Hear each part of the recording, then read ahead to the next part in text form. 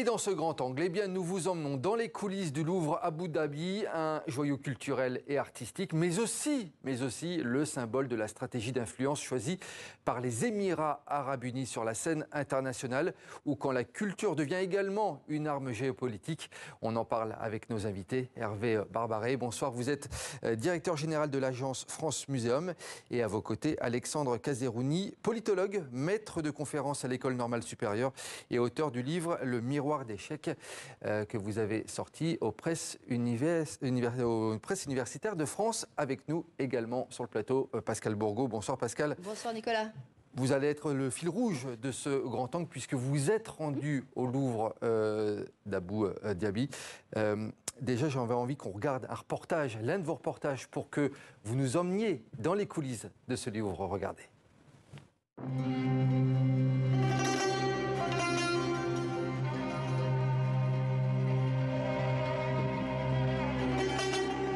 En permanence, ce musée change avec la lumière.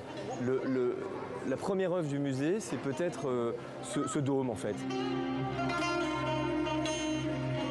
Alors c'est le Louvre Abu Dhabi qui est ouvert depuis 2017. C'est le premier musée universel du monde arabe. C'est-à-dire qu'on a pris cette grande histoire des musées universels, donc le musée encyclopédique. En France, on pense tout de suite au Louvre. Pas très loin, il y a le British Museum, le Met. Ce sont ces musées qui parlent du monde, qui invitent le monde et qui l'organisent comme une encyclopédie. Nous, on a pris cette idée comme ça d'accès à la science, d'accès à la connaissance du monde, l'histoire de l'art, mais on l'a remise dans le monde arabe sous une forme de narration.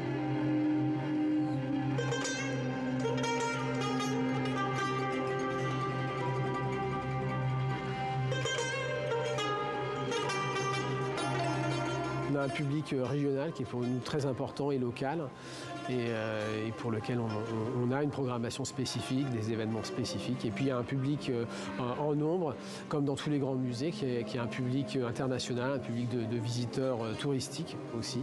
Et on essaie de faire en sorte que chacun trouve un intérêt à ces présentations.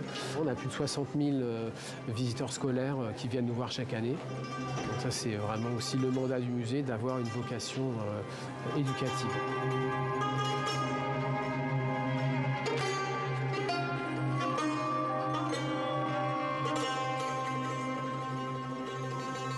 Pascal, dites-nous, quelles sont vos impressions lorsque vous avez visité ce musée? Alors j'étais très impressionnée par plusieurs choses.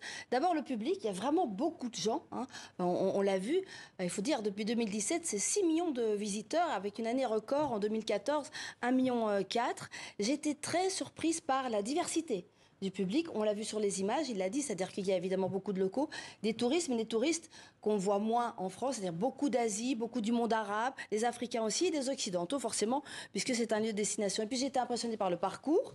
C'est vrai que c'est un parcours spatio-temporel. On avait l'habitude de voir la salle des peintures italiennes, peintures hollandaises. Là, c'est pas du tout ça. C'est millénaire par millénaire ou centenaire, enfin siècle par siècle. On a par exemple cette Vierge à l'enfant à côté d'une inscription coranique. Voilà, ça remet en perspective le monde. Et puis alors, j'étais aussi étonnée de voir beaucoup de nus. Quand même, dans une région du monde où les femmes sont voilées et très voilées, eh bien, là, il y a des sculptures nues, il y a des peintures de nus, et ça pose absolument aucun problème, aucun débat. Alors moi, j'ai une question, en fait, à tous les deux. Est-ce que derrière ce très beau narratif, ce très beau projet, est-ce qu'il y a une réelle volonté d'insuffler l'esprit de l'universalisme, l'esprit des Lumières aux Émirats, à la fois au peuple et puis aussi aux dirigeants? Hervé Barbaret. Alors, vous avez la parole. Merci beaucoup. Donc, effectivement, comme vous le disiez, le propos que reflète le Louvre Abu Dhabi est un propos d'un universalisme, mais qui est un universalisme radicalement renouvelé. D'ailleurs, quand Manuel Rabaté dit que c'est le premier musée universel du monde arabe, je pense qu'il est trop modeste. En réalité, c'est sans doute le premier musée universel d'un universalisme qui a été radicalement repensé au XXIe siècle par la France, par l'écosystème des musées français, dont l'émergence est France Muséum, naturellement, mais qui a mis au service de ce partenaire émirien finalement la capacité à repenser ce qu'est la relation entre une identité contextuelle au sein du monde arabe, mais qui a vocation justement à parler au monde. C'est donc cette ce renouvellement de l'universel qui est vraiment le moteur, le ressort essentiel de ce projet. Alors, naturellement, un musée, c'est un système extrêmement complexe, qui a des dimensions diplomatiques et économiques. Je pense qu'Alexandre Casironi le précisera. Mais ce que vous disiez d'un joyau artistique, culturel, je pense que ça, c'est vraiment ce qui nous intéresse. C'est vraiment d'avoir mis dans un endroit du monde très particulier, finalement, un discours extrêmement généreux, extrêmement ouvert, et qui est, je crois, symbolique de ce que les autorités émiriennes, le cheikh Zayed, qui est le père fondateur des Émirats, souhaitait créer une culture, ciment d'une nation, mais qui parle aussi au monde. Et donc, d'une certaine manière, je dois dire que le témoignage que vous apportez, et je pense, évidemment, moi, me fait chaud au cœur, parce que c'est très exactement ce que l'on souhaitait, un musée ouvert qui accueille un public très large, qui présente des choses qui sont un peu contre-intuitives. Vous parliez des nus, et effectivement, c'est vrai que quand on voit l'appel aux armes de Rodin, il y a du nu, et ça, il y en a vraiment. Mais il y a également ce dialogue interreligieux que vous évoquiez, qui a d'ailleurs conduit à ce que les Émiriens créent un lieu très particulier où une synagogue, une mosquée, une église se trouvent. On va en parler tout à l'heure. Donc c'est formidable. Donc voilà pour dire que. Mais au-delà du musée. Justement, Alexandre Casironi, quel est votre point de vue justement sur ce projet? Il y a eu deux temps en France pour penser à l'universalisme. L'idée d'un musée universel vient pas du tout des Émirats.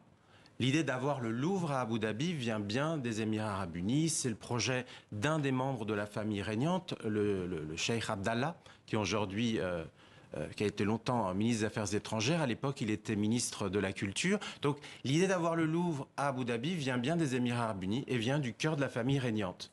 Ensuite, que ce soit un musée universel, c'est l'idée d'Henri Loiret, l'ancien président du musée du Louvre.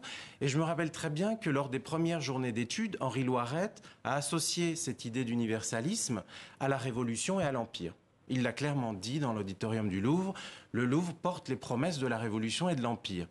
Et en fait, cette acception de l'universalisme, elle s'est évanouie. Elle a disparu vers 2010. Entre 2010 et 2013, pour laisser place à une autre idée de l'universalisme, beaucoup moins liée en fait à nos principes politiques en France, c'est-à-dire du régime représentatif, les Lumières en tant que renouvellement, si vous voulez, de la vision du pouvoir, fin du droit divin et puis plus de participation populaire. Et l'acception, la compréhension de l'universalisme qui s'y est substituée, c'est plutôt l'idée qu'il n'y a qu'un groupe humain et que de la préhistoire jusqu'à nos jours, les hommes ont cherché à se distinguer par la culture, mais que si on fait un pas de côté, on se rend compte qu'au fil du temps, de la Chine jusqu'à l'Europe ou aux Amériques, c'est à peu près les mêmes dynamiques qui se sont mises en place. Donc c'est plutôt cet universalisme-là qui a pris le pas sur l'universalisme au sens politique. Un universalisme, on peut dire, anthropologique. Mais Alexandre Casironi, quel était l'objectif des Émirats arabes unis d'installer ce Louvre à Abu Dhabi? C'était de renforcer leurs relations avec la France et de créer, à mon avis, davantage de dépendance française vis-à-vis de la forme politique des Émirats aujourd'hui.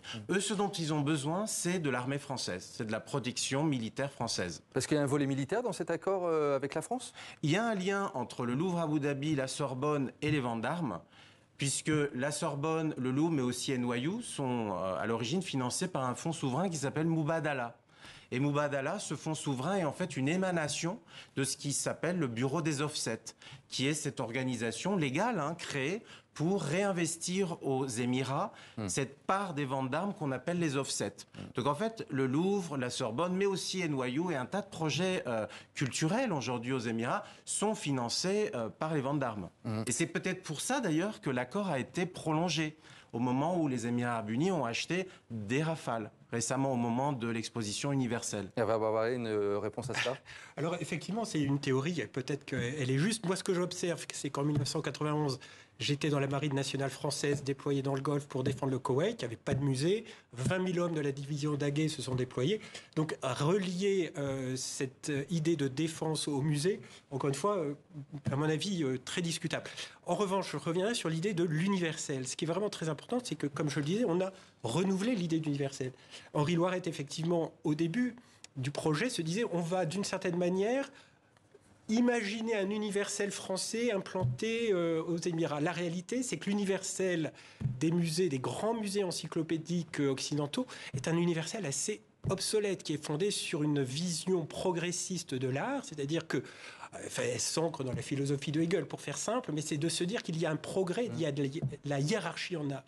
À Abu Dhabi, on a renversé la table, et c'est ça qu'il faut bien comprendre, c'est que, encore une fois, les équipes de France Museum, qui sont l'émanation des musées français, ont pensé les choses avec une vision de l'art ahiérarchique. Il n'y a pas de hiérarchie, il n'y a pas de progrès, et le dialogue des cultures se pense en mettant en vis-à-vis des œuvres qui, dans le temps et dans l'espace, finalement, ont cette même puissance d'évocation. Et c'est ce génie humain, c'est ce mystère de la création qui est mis en scène à Abu Dhabi comme nulle part ailleurs. Et justement, Pascal Bourgault, en plus de la collection permanente qui est vraiment intéressante, vous avez également visité l'expo sur Rois et Reines d'Afrique, formes et figures du pouvoir. Et là, c'est un de vos coups de cœur aussi au niveau artistique. Alors, c'est une jeune émirienne, une jeune conservatrice qui nous a fait cette visite et qui nous a expliqué comment elle avait participé, évidemment, au montage de cette exposition avec des pièces prêtées à la fois par le Louvre de Paris, le Quai Branly et un musée au Sénégal. Et on l'écoute. Alors, dans cette exposition Rois et Reines de l'Afrique, on présente toutes les différents symboles de pouvoir. Soit c'est royaux, soit c'est les chefferies, soit c'est spirituel aussi, ou des cultes.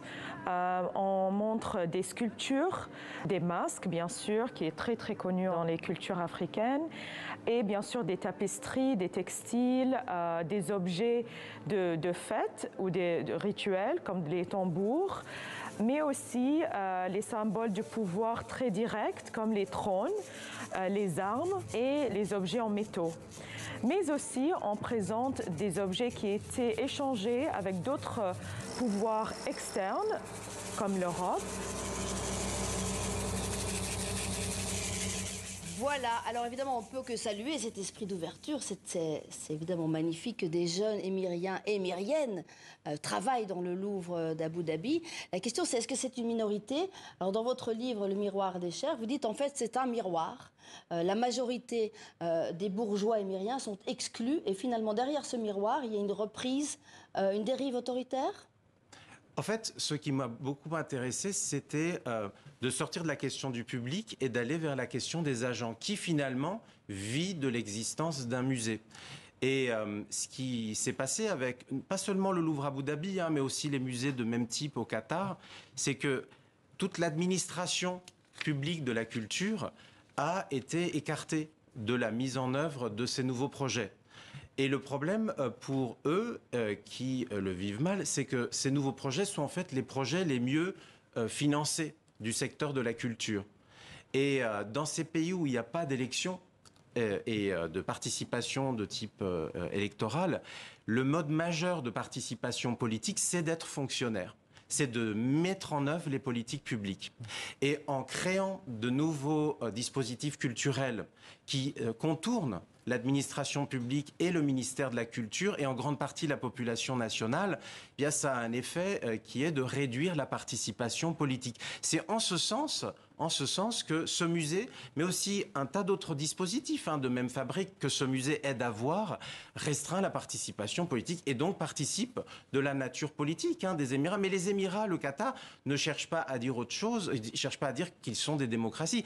Ce sont des régimes autoritaires qui s'assument comme tels et qui s'intéressent à la France, d'abord parce que la France a une belle armée, une belle industrie de la défense et la bombe atomique. C'est-à-dire quand on va là-bas, le regard qu'ils ont sur la France est le suivant. C'est-à-dire qu'ils ont un regard critique sur le régime démocratique, qu'ils pensent être moins fonctionnel, opérationnel que leur propre système politique.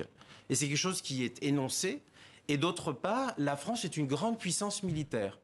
Et c'est pour ça que la France les intéresse plus que l'Italie ou l'Allemagne qui ont de belles collections aussi. Hervé Barbaret, quel est le poids ou le gain justement de la France au niveau diplomatique et au niveau politique avec ce genre de projet?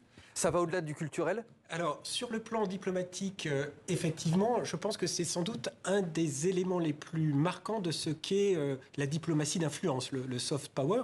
Pourquoi? Parce que tout simplement, l'écosystème des musées français, alors là encore, on pourrait expliquer pourquoi, mais est sans doute celui qui est le plus performant au monde. Et que l'émanation, c'est-à-dire France Museum, de cet écosystème puisse aboutir à proposer un musée comme celui du Louvre Abu Dhabi, montre évidemment aux Émirats, mais au-delà, cette capacité de la France à proposer cette expertise qui accompagne la création de musées. Donc il y a cette dimension de diplomatie d'influence dans le domaine muséal, ça c'est évident.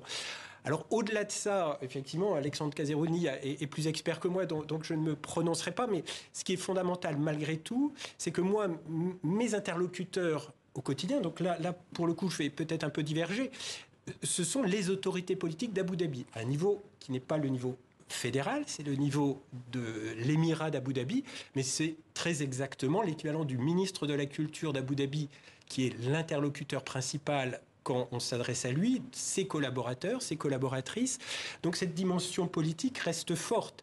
Et réellement, alors là encore, il y a peut-être des choses qui m'échappent, mais le lien entre faire plaisir à la France pour obtenir des gains militaires, peut-être, c'est pas sûr. Je pense que c'est plutôt deux voies qui sont des voies parallèles, mais qui sont quand même assez peu convergentes.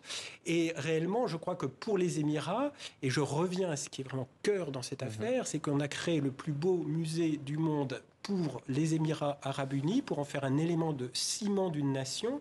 Et c'est vraiment une grande fierté pour nous, pour les musées français, pour la France tout court, d'avoir réussi un tel exploit. Et en un mot, Pascal, le Louvre à Abu Dhabi, il constitue également sa collection propre. Ça, c'est intéressant. Donc, absolument. Au-delà de l'enjeu politique, militaire, il y a évidemment aussi un enjeu économique. Et donc, le Louvre d'Abu Dhabi constitue sa collection. Alors, regardez ce Renoir, tasse de chocolat. Il a été donc acheté par le Louvre d'Abu Dhabi sur le marché de l'art, totalement ouvert, et il est désormais propriété du Louvre. Ils ont également acquis ce lion monumental qui vient d'Espagne et qui est d'époque médiévale, ou bien par exemple un dragon chinois qui est extrêmement rare, qui a été acheté à Bruxelles dans le palais Stockley. Donc ma question, c'est l'expertise française qui évidemment fait partie du deal, puisque on parle d'un deal sur 30 ans à 1 milliard d'euros, la mise au service des Émirats qui se constituent une collection de haut vol, c'est aussi en fait un retour sur investissement à long terme. Et ce sera le mot de la conclusion. Constituer une collection qui porte un propos aussi ambitieux qu'un propos universel, ça ne va pas de soi. Il faut une expertise absolument pointue, absolument forte, et réellement, celle des musées français est, comme je le disais tout à l'heure, une des plus exceptionnelles au monde. Constituer cette collection à travers des très grands chefs-d'œuvre, mais au-delà des chefs-d'œuvre, c'est vraiment porter un propos, et ça, c'est absolument crucial. Et de surcroît, pour accompagner la constitution de cette collection, il est prévu qu'il y ait des prêts-d'œuvre français pendant une période déterminée. Et c'est vraiment cette conjonction à la fois d'un conseil pour constituer une collection et les prêts-d'œuvre qui font ce que vous dites, c'est-à-dire vraiment un musée parfaitement exceptionnel. Et un bel échange donc entre les deux institutions. Merci beaucoup Hervé Barbaret, directeur général de l'agence France Museum, d'avoir été notre invité. Merci à vous également Alexandre Caserouni, politologue, d'avoir été sur ce plateau. Et merci à vous Pascal Bourgault d'avoir organisé et été à mes côtés pour ce débat sur ce Louvre Abu Dhabi. Merci beaucoup à tous les trois.